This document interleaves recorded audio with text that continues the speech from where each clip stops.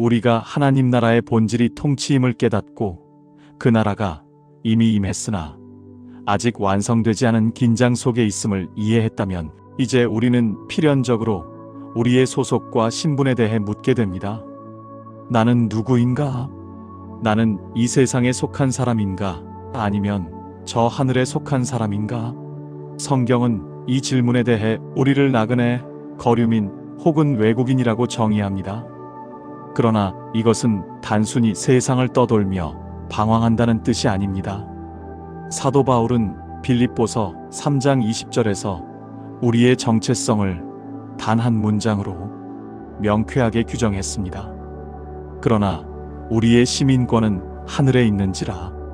여기서 선포된 하늘 시민권자라는 개념은 우리가 세상이라는 영토에 발을 딛고 살아가지만 우리의 영혼과 가치관을 지배하는 법적 소속은 하나님 나라에 있음을 의미하는 이중 국적자의 선언입니다. 이 정체성의 신비를 이해하기 위해서는 사도 바울이 이 서신을 보냈던 빌립보라는 도시의 역사적인 배경을 깊이 들여다보아야 합니다. 당시 빌립보는 로마 제국의 식민지였습니다. 로마 황제는 퇴역 군인들을 그곳에 보내어 작은 로마를 건설하게 했습니다. 빌립보에 사는 로마 시민들은 몸은 비록 로마 본토에서 수천 킬로미터 떨어져 있었지만 로마의 법을 따르고 로마식 옷을 입으며 라틴어를 쓰고 로마의 문화를 그 이방 땅에 이식하는 것을 최고의 자부심이자 사명으로 여겼습니다. 그들의 목적은 빌립보를 떠나 로마로 돌아가는 것이 아니라 빌립보를 로마화하는 것이었습니다. 바울은 바로 이 정치적 배경을 차용하여 영적인 진리를 설파한 것입니다. 너희는 이 땅에 살고 있지만 너희의 진짜 황제는 로마의 가이사가 아니라 하늘의 예수 그리스도시다. 그러므로 너희는 이 세상 한복판에서 하나님 나라의 법과 문화를 이식하며 살아가는 하늘의 식민지 개척자들이다. 이러한 이중적 정체성은 초기 기독교인들의 삶을 설명하는 가장 정확한 열쇠였습니다. 2세기 초 작자 미상의 기독교 변증가가 쓴 디오그네투스에게 보낸 편지는 당시 그리스도인들의 독특한 삶을 이렇게 묘사합니다. 그들은 자국에 거주하지만 나그네와 같습니다. 시민으로서 모든 의무를 다하지만 외국인으로서 모든 멸시를 당합니다. 그들은 육신을 입고 살지만 육신을 따라 살지 않습니다. 그들은 지상에서 시간을 보내지만 그들의 시민권은 하늘에 있습니다. 이 얼마나 놀라운 통찰입니까? 그들은 세상과 담을 쌓고 산속으로 들어간 은둔자가 아니었습니다. 시장에서 물건을 팔고 관청에서 일하며 이웃과 섞여 살았습니다. 그러나 그들의 삶을 움직이는 동력은 세상의 욕망이 아닌 하늘의 거룩함이었습니다. 그들은 세상 속에 있었으나 세상에 속하지 않은 자들이었습니다. 오늘날 현대 그리스도인들이 겪는 혼란과 무기력함은 바로 이 이중 국적의 긴장을 잃어버린 데서 기인합니다. 우리는 너무 자주 한쪽으로 치우칩니다. 어떤 이들은 천국 시민권만을 강조하며 현실을 도피하고 세상을 등지려 합니다. 반대로 어떤 이들은 이 땅의 시민권에만 몰두하여 세상 사람들과 똑같이 돈과 성공을 좇으며 살아갑니다. 그러나 건강한 천국 시민은 이 두 세계 사이의 긴장줄을 팽팽하게 잡고 있는 사람입니다. 우리는 대한민국이라는 국가의 법을 준수하고 납세의 의무를 다하는 성실한 국민이어야 하지만 만약 국가의 요구가 하나님의 법과 충돌할 때에는 단호하게 나의 왕은 예수 그리스도뿐입니다 라고 말하며 거부할 수 있는 거룩한 반역의 용기를 가진 자들입니다. 이것은 결코 쉬운 길이 아닙니다. 이중 국적자로 산다는 것은 필연적으로 불편함을 동반하기 때문입니다. 세상의 흐름을 거슬러 올라가야 하기에 마찰이 생기고 세상의 가치관과 충돌하기에 손해를 봅니다. 남들은 다 편법을 써서 이익을 챙길 때 정직을 선택해야 하고 남들은 원수를 갚을 때 용서를 선택해야 합니다. 세상 사람들의 눈에 우리는 어리석어 보이고 때로는 융통성 없는 이방인 취급을 받습니다. 그러나 성경은 이것을 부끄러움이 아닌 영광이라고 말합니다. 베드로 사도는 나그네와 거류민 같은 너희를 권하노니 영혼을 거슬러 싸우는 육체의 정욕을 제어하라고 말했습니다. 우리가 세상에서 낯선 존재로 느껴질수록 그것은 우리가 하나님 나라에 깊이 뿌리박고 있다는 가장 확실한 증거가 되기 때문입니다. 고향을 떠난 사람이 타향에서 이질감을 느끼는 것은 당연한 일입니다. 만약 당신이 이 죄 많은 세상이 너무나 편안하고 아무런 영적 갈등이 없다면 당신은 어쩌면 천국 시민권을 잃어버리고 세상에 동화된 상태일지도 모릅니다. 그러므로 천국 시민의 정체성을 가장 선명하게 드러내는 핵심 키워드는 바로 거룩입니다. 많은 성도들이 거룩함을 오해합니다. 산속에 들어가 돌을 닦거나 목소리를 깔고 엄숙한 표정을 짓는 것, 혹은 술과 담배를 하지 않는 도덕적인 깨끗함 정도를 거룩이라고 생각합니다. 물론 윤리적인 성결은 중요하지만 성경이 말하는 거룩의 본질은 그보다 훨씬 더 근원적입니다. 히브리어로 거룩을 뜻하는 카도시는 자르다, 구별하다라는 뜻을 가지고 있습니다. 이것은 세상과 물리적으로 격리되는 것이 아니라 세상 한복판에 있지만 소유권과 목적이 완전히 달라졌음을 의미하는 구별됨입니다. 이것을 이해하기 위해 성전의 기물들을 생각해 보십시오. 성전에서 쓰는 칼이나 대접은 시장에서 파는 것과 재질이나 모양이 똑같을 수 있습니다. 그러나 그 칼이 성전 안으로 들어와 하나님께 바쳐지는 순간 그것은 더 이상 요리나 살생을 위한 도구가 아니라 제사를 위한 거룩한 성물이 됩니다. 똑같은 금속이지만 용도와 주인이 바뀌었기 때문입니다. 우리도 마찬가지입니다. 천국 시민은 세상 사람들과 똑같이 밥을 먹고 직장에 다니고 아이를 키웁니다. 겉모습은 다를 바가 없습니다. 그러나 그 삶의 목적이 나의 행복에서 하나님의 영광으로, 삶의 주인이 자아에서 예수 그리스도로 바뀐 사람들, 그들이 바로 성도, 즉 거룩한 자들입니다. 이러한 정체성의 변화를 사도 베드로는 베드로전서 2장 9절에서 전율이 일만큼 장엄하게 선포합니다. 너희는 택하신 족속이요 왕같은 제사장들이요 거룩한 나라요 그의 소유가 된 백성이니. 여기서 우리는 왕같은 제사장이라는 호칭에 주목해야 합니다. 구약시대의 제사장은 하나님과 죄인 사이를 연결하는 다리였습니다. 죄인이 하나님께 나아갈 수 없기에 제사장이 대신 제물을 드리고 중보했습니다. 이제 그 제사장의 직분이 특정한 성직자가 아닌 예수 그리스도를 믿는 모든 천국 시민에게 주어졌다는 것입니다. 이것은 우리가 단순히 나 혼자 예수 믿고 천국 가면 그만인 존재가 아님을 말해줍니다. 우리는 이 타락하고 하나님을 떠난 세상과 거룩하신 하나님 사이를 연결하는 영적인 다리로 부름받았습니다. 우리가 직장에서 정직하게 일하는 것은 단순히 윤리적인 의무가 아닙니다. 그것은 부조리한 세상 속에 하나님의 공의를 보여주는 제사장의 사역입니다. 우리가 가정에서 자녀를 말씀으로 양육하고 배우자를 섬기는 것은 깨어진 가정들이 넘쳐나는 시대에 하나님 나라의 사랑을 보여주는 거룩한 제사입니다. 우리가 밟는 땅, 우리가 만나는 사람들을 가슴에 품고 주여 이들을 긍휼히 여겨주옵소서라고 기도할 때 우리는 그 현장에 하나님의 통치를 끌어오는 영적 제사장으로서 기능하는 것입니다. 세상은 우리를 보잘것없는 소시민으로 볼지 모르나 하나님은 우리를 이 세상을 축복하고 치유하기 위해 파송한 영적 권세를 가진 왕같은 존재로 보십니다. 따라서 천국 시민의 가치관은 세상의 가치관과 정면으로 충돌할 수밖에 없습니다. 이것을 대조사회라고 부릅니다. 세상의 제국은 힘을 숭상합니다.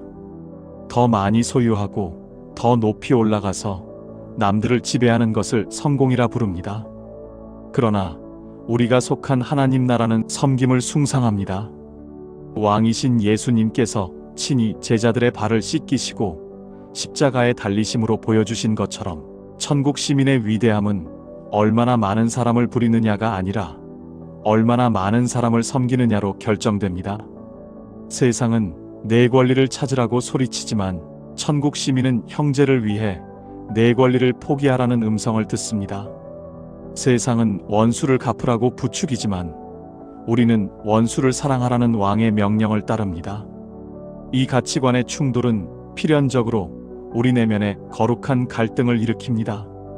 성공하고 싶은 욕망과 섬겨야 한다는 사명 사이에서, 편안하고 싶은 육체와 십자가를 지라는 성령의 소욕 사이에서 우리는 매일 치열한 내전을 치릅니다. 그러나 두려워하지 마십시오. 이 갈등은 우리가 살아있다는 증거이며 우리가 세상에 속하지 않았다는 증명서입니다. 죽은 물고기는 강물에 떠내려가지만 살아있는 물고기만이 거센 물살을 거슬러 올라갑니다. 우리가 느끼는 그 영적 저항감이야말로 우리가 지금 천국을 향해, 거룩을 향해 역동적으로 나아가고 있다는 가장 확실한 신호인 것입니다. 이처럼 세상과 구별된 거룩한 정체성을 가진 천국 시민에게 성경은 또 하나의 중요한 별명을 붙여줍니다. 바로 나그네입니다. 히브리서 11장에 등장하는 믿음의 선진들은 하나같이 자신들을 땅에서는 외국인과 나그네라고 증언했습니다. 특히 믿음의 조상 아브라함의 삶은 이 나그네 영성의 정수를 보여줍니다.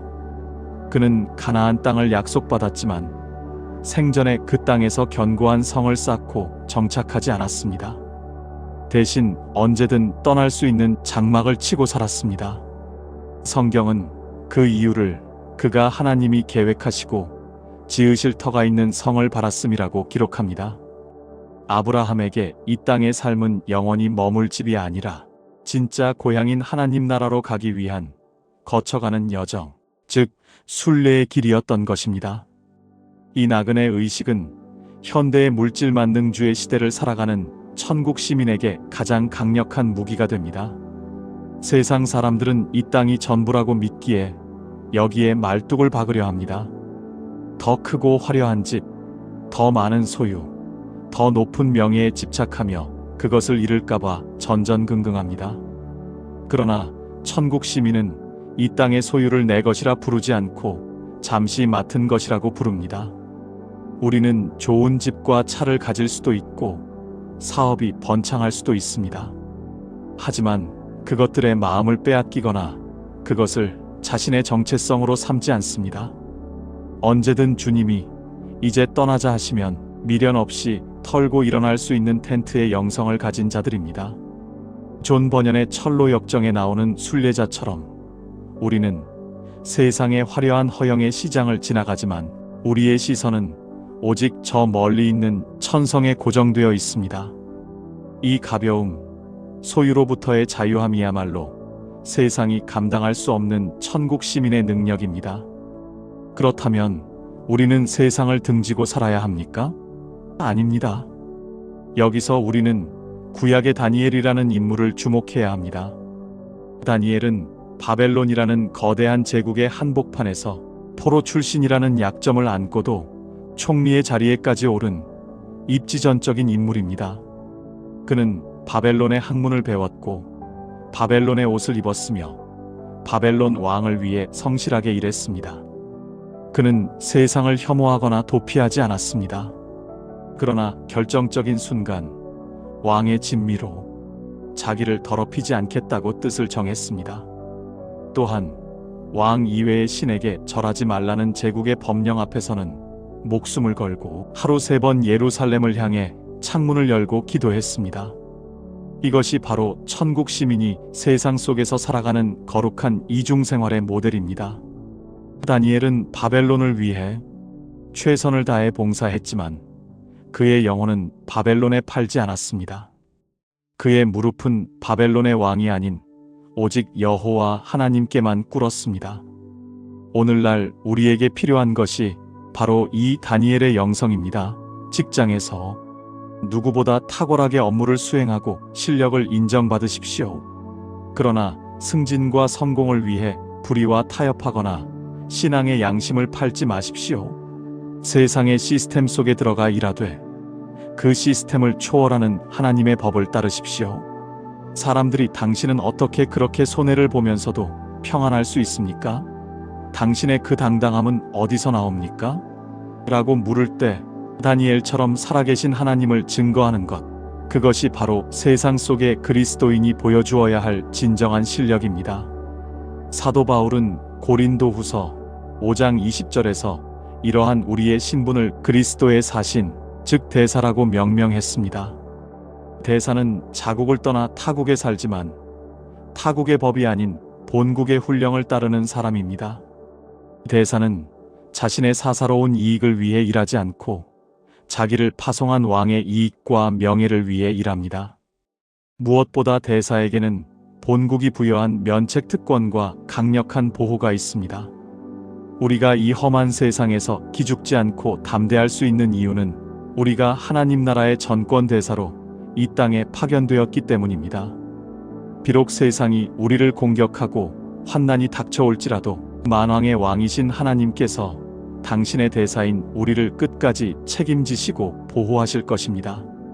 따라서 우리의 삶은 매 순간이 외교 활동입니다. 우리가 베푸는 친절, 우리가 보여주는 정직, 우리가 건네는 위로의 말 한마디는 하나님 나라가 어떤 곳인지를 세상에 보여주는 외교적 메시지입니다. 세상 사람들은 성경을 읽지 않습니다. 대신 그들은 성도라는 이름의 책을 읽습니다. 우리의 표정이 그들에게는 하나님 나라의 예고편이며 우리의 삶이 그들에게는 복음의 증거가 됩니다. 저 사람을 보니 하나님이 정말 살아계신 것 같아. 저 사람이 믿는 예수라면 나도 한번 믿어보고 싶어. 이런 고백이 우리 주변에서 터져나온다면 당신은 지금 훌륭하게 임무를 수행하고 있는 천국 대사입니다. 비록 지금은 나그네처럼 보이고 이방인처럼 취급받을지라도 실망하지 마십시오. 우리는 잊혀진 존재가 아닙니다. 우리는 왕의 명령을 수행하고 있는 중입니다. 사랑하는 성도 여러분, 말씀을 맺겠습니다. 이중 국적자로 산다는 것, 세상의 흐름을 거슬러 올라가는 나그네로 산다는 것은 분명 고단하고 외로운 길입니다. 때로는 우리의 정직함이 손해가 되고 우리의 거룩함이 조롱거리가 되는 현실 앞에서 낙심할 수도 있습니다. 하지만 기억하십시오. 우리의 이 나그네 생활은 영원하지 않습니다. 우리에게는 돌아갈 본향이 있고 우리를 기다리시는 왕이 계십니다.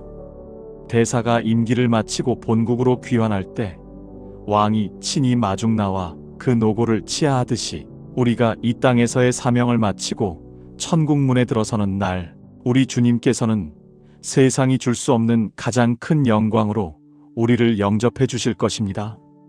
그러므로 세상이 여러분을 알아주지 않는다고 해서 기죽지 마십시오. 여러분의 신분은 이 세상의 평가로 결정되는 것이 아닙니다. 여러분은 창세 전부터 택함받은 하나님의 자녀이며 거룩한 나라의 시민이고 왕의 명령을 수행하는 존귀한 대사입니다. 잠시 머무는 이 세상의 쾌락에 취해 영원한 신분을 망각하지 마십시오. 오히려 낯선 이 땅에서 겪는 불편함을 천국 시민의 훈장으로 여기십시오. 우리가 세상과 다르면 다를수록 우리는 본향에 가까운 사람입니다. 오늘 하루도 세상의 유혹 앞에서 타협하지 않고 나는 천국 시민이다 라는 거룩한 자존감을 가지고 당당하게 승리하는 저와 여러분이 되시기를 주님의 이름으로 축원합니다. 우리의 영원한 왕이 되시는 하나님 아버지, 오늘 말씀을 통해 우리가 이 땅에 발을 딛고 살지만 우리의 시민권은 저 높은 하늘에 있음을 다시금 깨닫게 하시니 감사합니다. 주님, 솔직히 고백합니다. 우리는 때때로 세상이 주는 달콤한 유혹과 안락함에 취해 우리가 잠시 머무는 나그네임을 잊고 살았습니다. 세상 사람들과 똑같이 더 많이 가지려 하고 더 높아지려 하며 천국 시민의 거룩한 구별됨을 잃어버린 채 타협하며 살았던 우리의 연약함을 용서하여 주시옵소서. 간절히 기도하오니 우리 심령 안에 천국 시민으로서의 거룩한 야성을 회복시켜 주시옵소서. 다니엘이 바벨론의 한복판에서도 뜻을 정하여 자기를 더럽히지 않았던 것처럼 우리 또한 이 혼탁한 세상 속에서 믿음의 절개를 지키는 거룩한 그루터기가 되게 하옵소서. 우리의 정직이 손해가 되고 우리의 믿음이 조롱받는 순간에도 비굴하지 않게 하시고 오히려 우리 안에 계신 예수 그리스도의 존귀함을 드러내는 담대함을 허락하여 주시옵소서. 우리는 세상에 파송된 그리스도의 대사입니다. 우리의 언어와 행동, 그리고 삶의 작은 선택들을 통해 세상 사람들이 하나님 나라를 보게 하시고 우리를 통해 죽어가는 영혼들이 주께로 돌아오는 거룩한 통로가 되게 하소서. 나그네 길을 마치는 그날까지 우리의 믿음이 파산하지 않도록 성령께서 친히 붙들어 주시기를 원하오며 우리를 본향으로 인도하실 예수 그리스도의 이름으로 기도드립니다. 아멘. 이 영상이 도움이 되셨다면 구독과 좋아요로 마음을 표현해 주시기를 부탁드립니다.